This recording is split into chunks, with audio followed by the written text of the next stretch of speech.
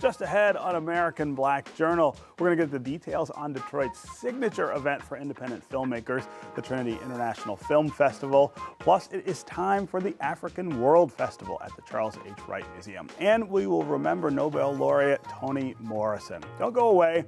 American Black Journal starts now. Masco Corporation is proud to manufacture innovative and environmentally friendly products for the home. Delta faucets, craft-made in Merillat cabinets, and Behr brand paints have all been designed with you in mind. Masco and its family of companies, serving Michigan communities since 1929. Support also provided by the W.K. Kellogg Foundation, a partner with communities where children come first. The Cynthia and Edsel Ford Fund for Journalism at Detroit Public TV. The DTE Foundation proudly supports 50 years of American Black Journal in covering African American history, culture, and politics. The DTE Foundation and American Black Journal, partners in presenting African American perspectives about our communities and in our world. Also brought to you by Ally, Nissan Foundation, and viewers like you. Thank you.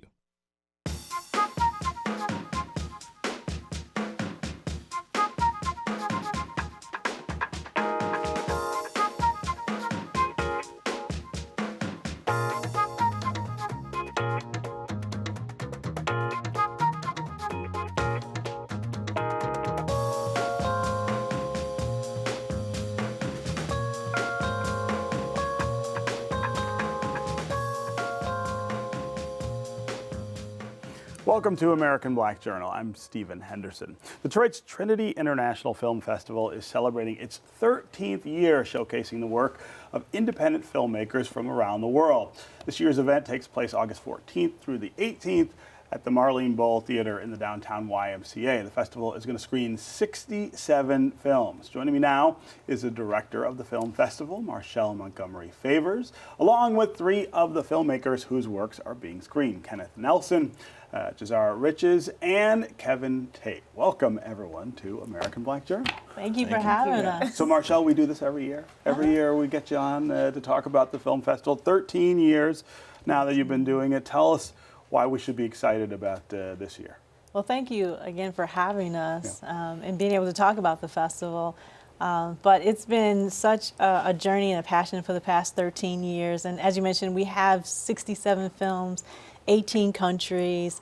The filmmakers are coming from all around the world and from the United States. And of course, we always have to highlight our Detroit filmmakers. films, right? Yeah. Yes, and this year it's really exciting too because we have a special segment called the Fearless Tribe of Fanatic Filmmakers that features all Detroit filmmakers. Okay. And we also are honoring those in the community that are helping to build Detroit's independent film community. And we have something called the Trinity Film Honors, and we have 5 honorees this year. Yeah. I always ask you this, but I'll ask you again this year. How do you start choosing the films for a festival like this? Like, where do you start, and how do you get to 67 by the time you're done? It's tough. It's really tough, but I don't do it by myself. Yeah. We have a team of jurors that watch every single film that comes in, and the selection process. We average about 300 films, and to get them down, I promise you, every year they have to kick me out of the judging room because I'm like, just one more film. And we have a rating system from 1 to 10, and at the Trinity Film Hours we actually have it's going to be presented by Uncle Nearest, who's selecting a film in particular that scored like 10 out of 10, in every category. But the thing is that we have everyone from student filmmakers and some who are emerging, and then some are more seasoned. And we like to showcase the filmmaker's journey. So it doesn't matter, it doesn't have to be, like a 10 to make it into the festival, but we like to embrace, basically it narrows down to the story. Like, does that story grab me? Do we think that our audience is going to enjoy it? Yeah. And sometimes we may have a great film. It didn't mean that it didn't meet the criteria. We just may not have had the room, in our lineup to select that film for this year. Yeah. Yeah. All right, guys, tell me about your films. Kevin, I'm going to start with you. Hi, everybody. My name is Kevin. I have a movie called Famous. It is a hip-hop comedy. We calling it the world's first hip-hoppity. I like that. In Famous, my character who plays the rapper and my best friend is the producer. We concoct a scheme to get a record deal. But getting famous just doesn't turn out the way we planned it. There's a TV show that's a little like that, right? Atlanta is kind of about that same subject. Like that. Yeah, that's cool. We're a musically inclined people. Yeah, so, right. That's right. We love that, right? Jazar, what's your film? I have a film called Halt, and this film is about a black couple that was on their way to an award ceremony, and they're pulled over by a white cop as well as a black cop. And they're pulled over for a broken taillight, so it seems, and they also fit the description of a crime that they may or may not have committed. Wow. So. Wow. And then what happens? Now you got me You gotta hooked. watch it for the rest. I gotta watch the You film gotta to watch see the it to rest. find out what happens after Wow, that. that's a great topic for right now. I mean, it's a thing that's on everybody's mind. Sadly. How we interact with law enforcement, right? Right. Yeah. Kenneth, what's your film? Yes, my film is called Sincerely Brenda. It's a family drama. It's about a father who was out of his son's life. He has two sons, and he was out of their lives for about 20 years because of an accident sent him away. And they're all forced back together over a weekend when the mother passes. And so they're off, they have to address some things that happened in their past that they're dealing with. They have to face these things and forgive some of these things to move on. So it's really a story about forgiveness and redemption. Powerful story. I mean, it's really been getting emails and things from people that saying how they have watched the film and they reached out to family members and friends that they needed to forgive something, or and it's been doing really well. Yeah, I want the three of you to also talk about what it's like to be an independent or a small filmmaker in Detroit at this point. Obviously, the festival Trinity is a big boost to you, but what's that like? And is there enough opportunity really to make these films, Kenneth? Yeah, I mean, being an indie filmmaker, it is difficult. A lot of times it's the lack of resources, financial resources, but we always find a way. Yeah. Like for my film, had a great group of people. My partner Sean Vaughn, like we've done shorts together, mini shorts, so we kind of learned. We sharpened our I guess swords, I guess whatever, doing these short films, and we decided to make a feature film. And we got a great team together, people that sacrifice. So it's finding the right people that believe in the story, that are willing to sacrifice their time, and sometimes it's money, to put a piece together. But, we didn't have all the resources, but we said we're going to do it by any means necessary. And so a lot of times that's what indie filmmakers do, by any means necessary. The great Spike Lee. Right. I totally agree with Kenneth. A lot of times it's about being really creative. Sometimes you have to substitute certain things for certain things to still get your point across. Especially when you're dealing with a cop car and things of these natures, you're not just going to go to Detroit Public Police. Give you something? Can we just borrow the car? So, but then you find sources, people that can make decals or different things to totally make your whole car look a certain way. And I believe Detroit people are very creative. Like, I've seen great films, and you're like, well, where did you get that? And they're like, oh, we just made it. And you're like, really? So it's about being creative. And like you said, the people, opportunities like this, having the film festival right here in your home, these type of things actually keeps us going. And so we just appreciate the people that put forth the effort to keep the indie film things going. So Kevin? Yeah, one of the things I was going to say I really like about the Michigan acting scene, and I think it's about the acting scene in general, it's like we're like a family. When we bond on set, we become more than just friends, and those are the people that sacrifice for you, and those are the people that really help you bring the dream to life. A lot of directors boast about how many actors want to work with them, and they hold it over actors' heads, but in my opinion, the actors make everything. Without them, you don't have anything. So I just like to thank my team, my guys who helped me make this dream come true. And for me, one of the things I want to point out is the fact that these directors are creating opportunities for other actors, for other people, for right. other producers, and they're contributing to this film community that we have in Metro Detroit. Yeah. Yeah. When you think of the three themes in your films, I mean, you could tell me what those themes were, and I wouldn't. If I couldn't see you, I could still say these are all black films, right? I mean, they resonate with the things that that black people not just are dealing with, but in some cases are celebrating and kind of enjoy. Right. Yeah. Right. Yeah.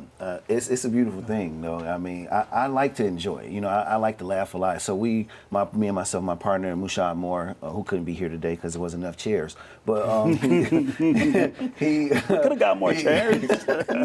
No, but we like to enjoy, you know, and just really act a fool. So Yeah. I'm grateful to be a part of such an esteemed panel of people because I'm like just a silly dude in the corner telling jokes. I can't wait to see this film. How do you come up with subjects, though, Lazar? I mean, this is a pretty controversial subject that your film is. And I've been feeling it, so there's been some backlash, but it's also been a lot of positive response to it. But you know, much like himself, I usually do comedy, but during this time period was like we need to focus on things that we can actually put out a message, and message in the sense of controversial of what's going on in black people's lives today. So that's more so where that topic came from. But on an average, I kind of try to stay lighthearted, more so like, you know. So, but yeah. And Kenneth, your film has deep emotional content, which I think is sometimes missing from a lot of black films. People don't want to go there. Yeah, no, I grew up watching a lot of films, and one thing that I didn't see was emotional complexity with the black characters. And I grew up seeing emotional complexity in my father and my uncles, and I wanted to see that on the screen. And so the main driver was to create this story with a father and his sons. And you see, I believe that everyone's born good, and then circumstances shape who they are. And so a lot of times we judge people based on what we see, and there's more under the surface. And so I wanted to create a film where you see like they made certain decisions that weren't good, but this is why they made the decisions. And so you can empathize with them and begin and say, okay, wow, I didn't realize that person was going through that. And we don't see that a lot in the black, I didn't see that a lot in black films. My actors did an amazing job. You know, it wasn't an easy script to communicate, emotion. you know, No. and they did an amazing job. Congratulations, and we'll look forward to the film festival. Thanks for being here. Thank you for having us. Yeah. All right, up next, Detroit's huge celebration of African culture. But first, here's a 1992 Detroit Black Journal conversation about independent black films with filmmaker Julie Dash. How would I compare the large Hollywood films like the Eddie Murphy films with the independent black films? Well, I think they're entirely different because for the most part, they're usually not written by a black person. They're usually not directed by a black person. They're not edited by a black person. So it's really just a film that's acted by, you know, the talent within it is you know, African-American talent. So those films I wouldn't really call African-American films. And of course, the financing is when you talk about something that costs $30 million as opposed to something that costs $150,000. You know, it's very different. But I think that within the independent fields, the independent projects show a lot more of our unique experiences within our communities, within the cultural tradition of our communities, all of that. You don't get that in the Hollywood films. You get formula films.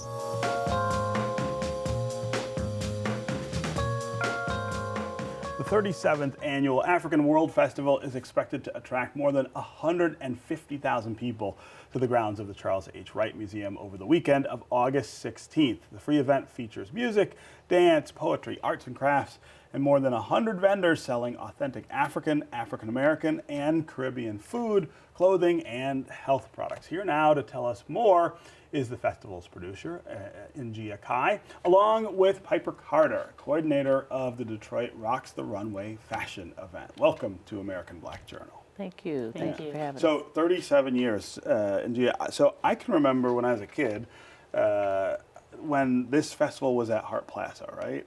And that was one of the biggest weekends of the summer every year going down there. Tell us how this festival has changed over 37 years in Detroit.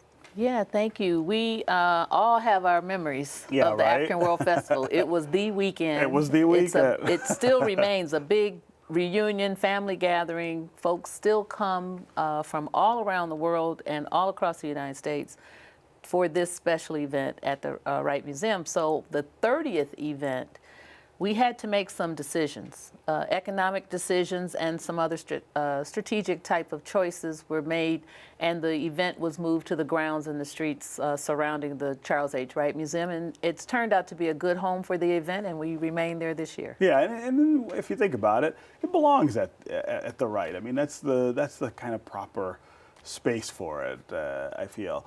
You know, one of the things I love about this event as well is that, you know, it is celebrating African and African American people and culture, but there's people, all kinds of people, come down for this and really, I think, engage with the idea that there is something we're celebrating about all of that heritage here in Detroit. That's exactly right, Stephen. And, you know, that has been one of the benefits of moving into the Midtown Cultural Center district, is that folks, I think sometimes people who were not of African descent were at home wherever they might be and had to make a decision to go downtown and deal with the traffic and the parking issues to come to Hart Plaza for that event.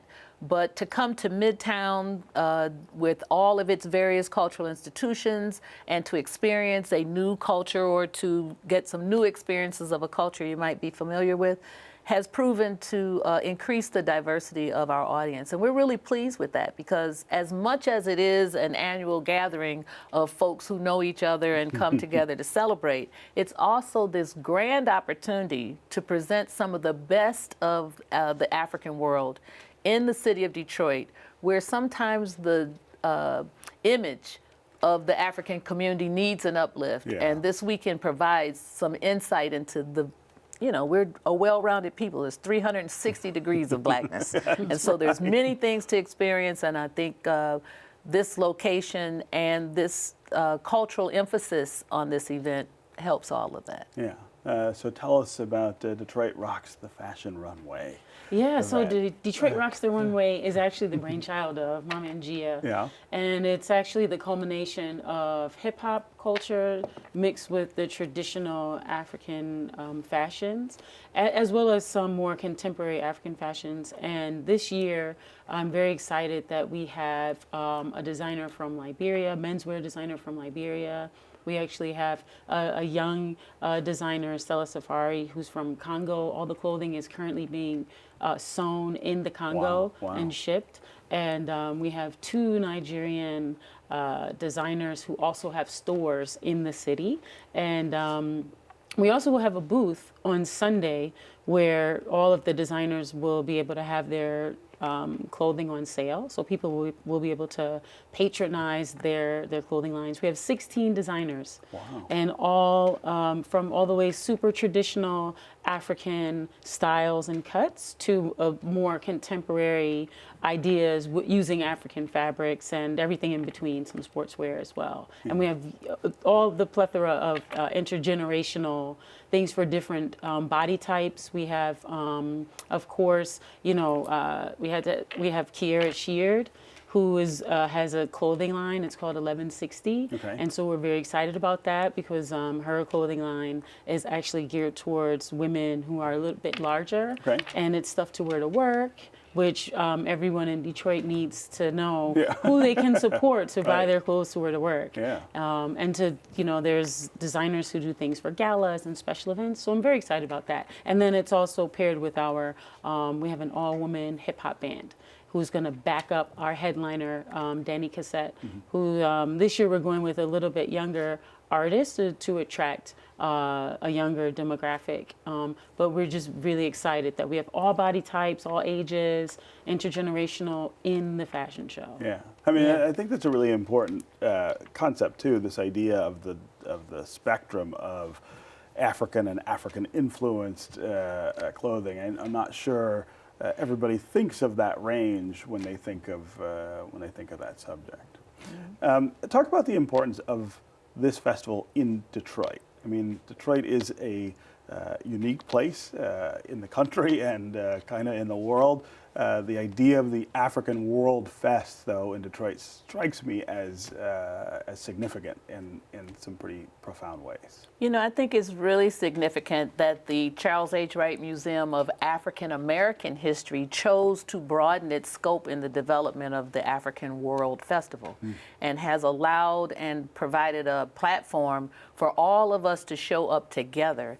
I mean, not only do folks who don't consider themselves part of the African world get a chance to come and meet and greet and investigate our traditions as well as our contemporary innovations, but so do we get to meet and enjoy cultures. The fashion show has continental African designers, but it also has African American designers and Caribbean designers. The foods in the food court are from those places. The 125 vendors now, we've gotten a rush here at the end. There's more than There I are said. 125 vendors. They represent all types of traditions, and we like to indicate that we really work to keep the festival modern. We stay rooted in the tradition, it's true, but we try to bring those innovations and technologies that help continue to move not only the festival, but the community into that future. So we think it's important. I think it's important now, the whole conversation of new Detroiters and old Detroiters and whether or not black people are good people and all of what is going on in the social milieu. We have this opportunity now to present ourselves at some of our best and to integrate that into this community with everyone who's welcome to come. The festival remains free. It's free. That's right. And Just come on down, Friday right? through Sunday, 11 to 11. I'm looking for everybody to show up, and I really encourage folks to get online with us and volunteer. We do need some support there. Okay. Well, congratulations on 37 years of the festival. And I'm still Thanks for young. being How did here. that? It couldn't be in 37 years. All right, finally today, the world has lost an African-American trailblazer in the field of literature. Legendary writer Toni Morrison passed away at the age of 88 after a brief illness. Morrison's writings explored the Black experience in America, and she was the first African-American woman to receive the Nobel Prize for Literature, and she won the Pulitzer Prize for her critically acclaimed novel, Beloved. Morrison read an excerpt from her 2012 novel, Home, on PBS NewsHour. This is the main character reminiscing about his home. Lotus, Georgia is the worst place in the world, worse than any battlefield. At least on the field, there is a goal, excitement, daring, and some chance of winning, along with many chances of losing. Death is a sure thing, but life is just as certain. Problem is, you can't know in advance. In Lotus, you did know in advance, since there was no future, just long stretches of killing time. There was no goal other than breathing, nothing to win, save for somebody else's quiet death, nothing to survive or worth surviving for. If not for my two friends, I would have suffocated by the time I was 12. They, along with my little sister, kept the indifference of parents, the hatefulness of grandparents, and afterthought. Nobody in Lotus knew anything or wanted to learn anything. It sure didn't look like any place you'd want to be. Maybe 100 or so people in some 50 spread out rickety houses, nothing to do but mindless work in fields you didn't own, couldn't own, and wouldn't own if you had another choice. My family was content, or maybe just hopeless, living that way. I understand, having been run out of one town, any other that offered safety and the peace of sleeping through the night and not waking up with a rifle in your face was more than enough. But it was much less than enough for me. You never lived there, so you don't know what it was like. Any kid who had a mind would lose it. Was I supposed to be happy with a little quick sex without love every now and then? maybe some accidental or planned mischief? Could marbles, fishing, baseball, and shooting rabbits be reasons to get out of bed in the morning? You know it wasn't. Mike, Stuff, and me couldn't wait to get out and away, far away. Thank the Lord for the Army. I don't miss anything about that place except the stars. Only my sister in trouble could force me to even think about going in that direction. Don't paint me as some enthusiastic hero. I had to go, but I dreaded it. You can read more about Toni Morrison's life and legacy at pbs.org. That's our program for today. Go to AmericanBlackJournal.org for more information on our guests and to check out past episodes. And you can always connect with us on Facebook and Twitter. We'll see you next time. Masco Corporation is proud to manufacture innovative and environmentally friendly products for the home. Delta faucets, craft-made in Merillat cabinets, and Behr brand paints have all been designed with you in mind. Masco and its family of companies, serving Michigan communities since 1929. Support also provided by the W.K. Kellogg Foundation, a partner with communities where children come first. The Cynthia and Edsel Ford Fund for Journalism at Detroit Public TV. The DTE Foundation proudly supports 50 years of American Black Journal in covering African American history, culture, and politics. The DTE Foundation and American Black Journal, partners in presenting African American perspectives about our communities and in our world.